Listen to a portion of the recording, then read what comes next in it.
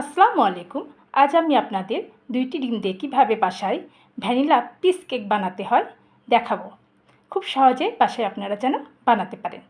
২টি ডিম, ১ কাপ চিনি আমি এখানে ইলেকট্রিক বিটার দিয়ে বিট করে নেব। আপনারা ইচ্ছা করলে হ্যান্ড স্ট্রেনার দিয়ে ডিমের ফর্ম বানাতে পারেন।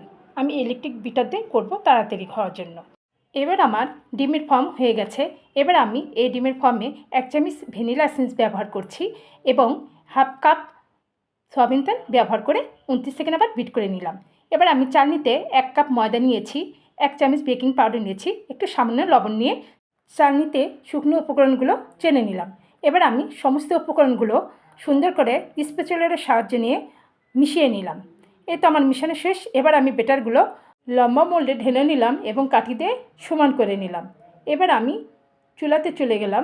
অল্প আঁচে ৪৫ মিনিটে আমি কেক বেক করে নিলাম এবং সুন্দর করে কেকগুলো পিস করে নিলাম।